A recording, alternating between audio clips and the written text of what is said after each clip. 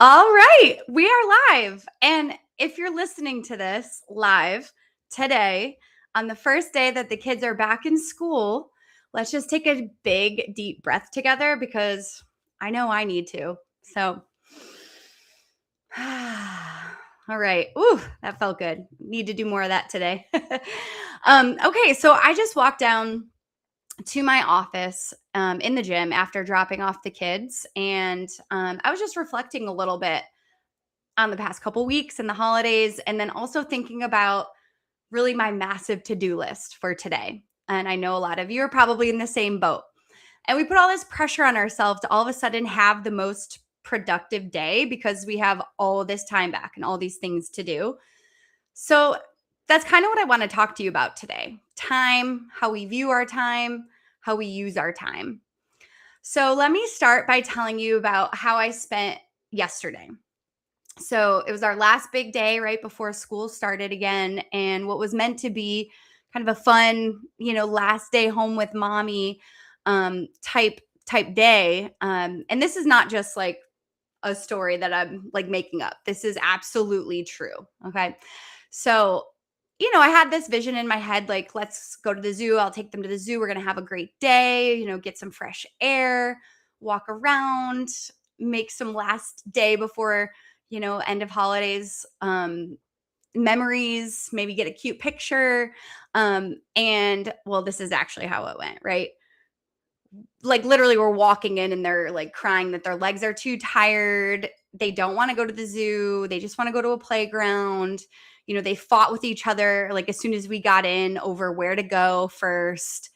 And we ended up like just at the playground. And, after all that effort, we just sat at a playground. So I went to the zoo to go to a playground and we didn't see a single animal. And I'm sure some of you parents are probably like, yep, been there, done that before. But that like sums up parenthood, right? And motherhood. We make these plans, we try, we show up with the best intentions, and it rarely goes the way we imagined. And that's exactly why today's episode matters and what I want to talk about, because the same thing happens with our health goals. We wait for the perfect day, the perfect schedule, the moment when everyone cooperates. And meanwhile, time just keeps moving. I don't all of a sudden get more hours today just because the kids are back in school. It's still the same exact number of hours. But what I do with them, how I use them, what thoughts I have about today can change everything and either lead to me having a really awesome, productive day or a day that feels like, again, it just flew by and I actually didn't prioritize anything that mattered. So we'll get into some mindset shifts here in a minute. But firstly, I want to do like a little recap of the past couple podcasts because it's been a great week. So Savannah had her podcast on Monday and she talked about 7 universal truths for building muscle and losing body fat and how we don't need more information. Really, we just need more action, right? The information's out there. The best thing we can all do right now is take action. So it was so good. Shout out to Savannah. Listen to it if you haven't yet. And she also talked a little bit about how, over the holidays, we're all getting blasted by these advertisements for supplements and pills and powders and, the magic pill. And for some people, that's right. But for a lot of us, maybe that's not, right? Nothing beats showing up and just putting the hard work in. So that was a great episode. So go check out Savannah's podcast from Monday if you haven't yet. And then also Ant did a podcast yesterday. It was like a Q&A style on our OxFit coaching program. And if you've been thinking about getting some help with your New Year's goals, go listen to that episode because he talked a lot about really the biggest piece of our program, which is the accountability portion of the plan. And right now, everyone is out there downloading workout plans, workout apps, nutrition plans, right? It's all out there on the internet. But what happens 3 weeks in is your motivation starts to drop and you don't follow through on those plans anymore, right? So, you stop following them. And our coaching program is really amazing because we layer on top of the workout plans, the workout apps, and the nutrition coaching accountability plan. So go check out Anne's podcast. It was really great yesterday too. So All right, let me check the chat. I always forget to do this and see if anyone's actually listening. um, okay. All right. I don't really know where this is. I'm gonna have to learn how to pull up this chat for next one. So let's just jump in, you guys. Um the topic of this podcast is 5 mindset shifts that can help you lose 10 pounds and keep it off for good. So let's talk about that. So let's talk about 5 mindset shifts that will help you stop feeling overwhelmed by time and start using it intentionally so that you can lose those 10 pounds, get stronger, and actually stay consistent this year. So, firstly, you are not suddenly going to wake up with more time. There will always be another appointment, another sick kid, another work event, but weight loss and strength doesn't come from having time. They actually come from deciding what matters in the time that you already have. So the next time you catch yourself saying, I don't have time to work out, replace it with working out isn't a priority for me right now, and just sit with that. Like, how does that feel? Kind of uncomfortable, right? Like, I felt uncomfortable almost saying that, maybe a little confronting, even. And that's because it's true. We all have the same 24 hours. You're making time to scroll Instagram. You're making time to respond to texts, watch that show after the kids go to bed. And I'm not judging you for any of that because I've been there, trust me. But I'm asking you to be honest about what you're choosing. And so, mindset shift number one is really when you shift from I don't have time to it's not a priority. You reclaim your power. You're no longer a captive of your thoughts. You're really the captain, the CEO. And CEOs make decisions based on priorities. So, your 60-minute class workout, it can be a priority. Your health, it can be a priority. You just have to decide that it is. Okay, next one. Here's a concept that I've been working on that might actually blow your mind. Like, time isn't actually stressful. Time just is. It's neutral. It's passing whether you're stressed about it or not. Now, I struggle with this one, but I want to acknowledge here, like, busy moms and dads, this is tough. Your schedule is legitimately packed, right? Between getting kids ready in the morning, managing meals and snacks, work demands, like if you have older kids, like homework help, all the extracurriculars, the bedtime routines, and just everything in between, you have less margin than most people. I see you. I'm there with you. Trust me. Your day is tighter than someone that doesn't have kids, and that's just reality, right? But here's what's also true. What creates the crushing overwhelm isn't actually the packed schedule, it's what you're thinking about the schedule. Thoughts like, there's never enough time. I'm so behind. I'll never get it all done, or I'm running out of time. Those thoughts actually send your nervous system into panic mode. And when you're in that stress panic mode, what happens is you freeze.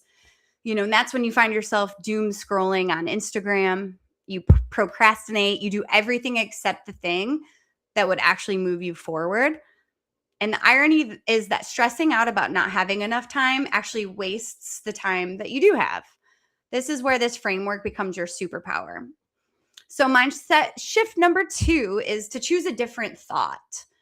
Something like, I have enough time for what matters to me, or I can only do what I can do today, or time is just time. I get to decide how I use it. You create your calm. And from the calm, then you can take action and you can make clear decisions. You'll show up for that 60-minute class. You'll take your dog for that walk you said you were going to do. That one hits home for me. You'll prep your meals efficiently.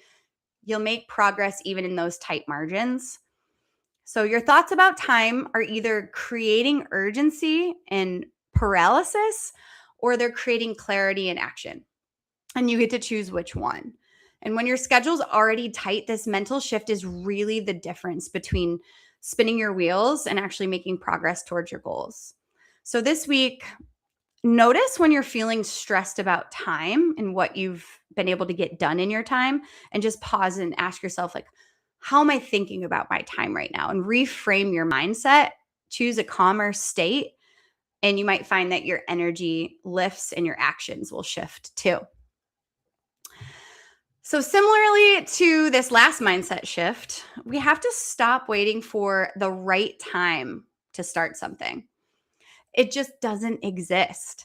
I get this all the time in my conversations with leads interested in the gym, especially right now. We talk about goals, we talk through the plan, their motivation, their excitement to get going. But then when we go to execute, there's often this pushback of, well, I have 2 weeks of travel coming up at the end of February, so maybe I should start in March. Well, what happens is March rolls around and then there's another excuse about family coming into town or kids being out of school or whatever it may be. And that person, if they had just started back in January, they will have already made some type of progress versus absolutely none. So there's no perfect season, right? Life with kids is always going to be full. The question is, are you going to keep waiting for the conditions to be perfect, or are you going to make progress in the middle of the chaos? The thought, I'll start when I have more time, it's just a delay tactic that your brain uses to keep you comfortable. And we know change doesn't come in our comfort zone. Comfort isn't getting you closer to feeling strong and confident in your body and following through on what you said you were going to do. So, mindset shift number 3 is the right time is actually now, not perfect now, messy now, imperfect now, but now. And you can train yourself to believe that it's possible to still get the results in the midst of chaos by just starting really, really small. And that's what our coaching program's about, building small habits that over time lead to big changes. For example, just hit your water goal today, and then once it becomes easier, you're just going to feel better. Prep one healthy meal. Just show your brain that you're capable of following through. You don't need perfect conditions to take care of yourself. And over time, your actions will start to stack and those habits will start to stack on top of each other. And that's when you see the real progress. So, building on this previous one, I'm sure you've all heard of phrases like what you think you attract or what you focus on expands. And I have to remind myself of this concept frequently, especially when my kids are misbehaving. I'm sure a lot of parents can relate to this.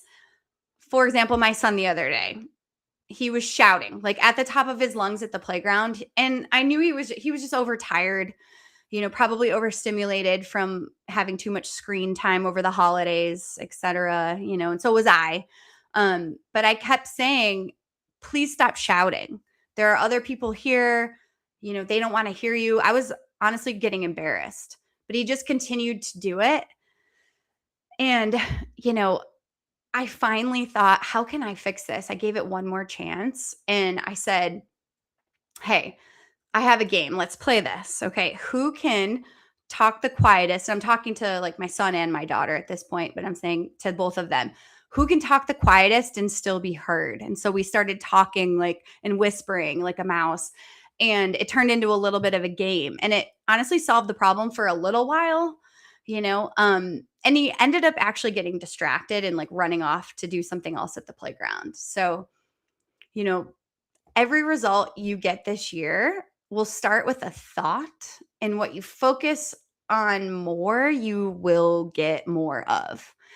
I know it sounds kind of silly, easy, whatever, but if you execute on that and just try it, it will work. So if you think I'm too busy, you won't act.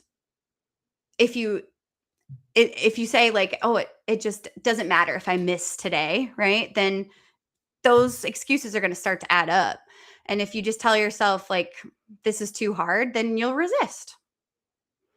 But if you think I'm the kind of mom who shows up even when it's messy, I don't quit on myself, or every small choice is moving me closer to my goal, then those actions will start to feel easier and more automatic. So mindset shift number 4 is focusing on your thoughts like habits is going to pay off in the long run. They will start to become the new way you think. And then you are not just losing 10 pounds this year, but you're also becoming the person that keeps promises to themselves. So, tip number 5, lastly, if you think that taking 60 minutes for yourself is selfish, then you're going to sabotage every attempt to prioritize your health. This thought keeps so many moms stuck, and dads and parents and busy professionals, right? Because they genuinely believe that everyone else is energy and needs come first. When your workouts and nutrition are the first thing to go when life gets busy, your brain labels them as optional, but your health is not a bonus item. It's the foundation that holds everything else up. You just can't pour from an empty cup. When you're exhausted, depleted, and disconnected from your body, you're not showing up as your best self for anyone. Not your kids, not your partner, not your coworker, not your team. So when you take care of your body, you have more energy. You have more patience, more presence. You're modeling for your children that health matters and that taking care of yourself isn't optional. So, mindset shift number 5 is to believe that self care is not selfish. It makes you better for everyone. Taking care of yourself is not optional anymore. You working out, taking care of yourself isn't taking time away from your family. It's actually giving you strength and stamina to be the mom or dad that you're meant to be. So, to wrap it up for you, your thoughts really create your reality. Right? If you keep thinking that you don't have time, then you don't. If you keep stressing about time, your nervous system is going to be in panic mode all the time. Your cortisol levels are going to be through the roof. If you keep waiting for the perfect time, then you'll never get started. Or keep believing that taking care of yourself is selfish, you'll stay exactly where you are. But if you start thinking differently, if you prioritize your health, believe in small wins, act now, don't wait for the perfect time, embrace self care, it's not selfish, and trust that movement can create energy, even when you're tired. It can create energy and presence for your family, and then everything changes.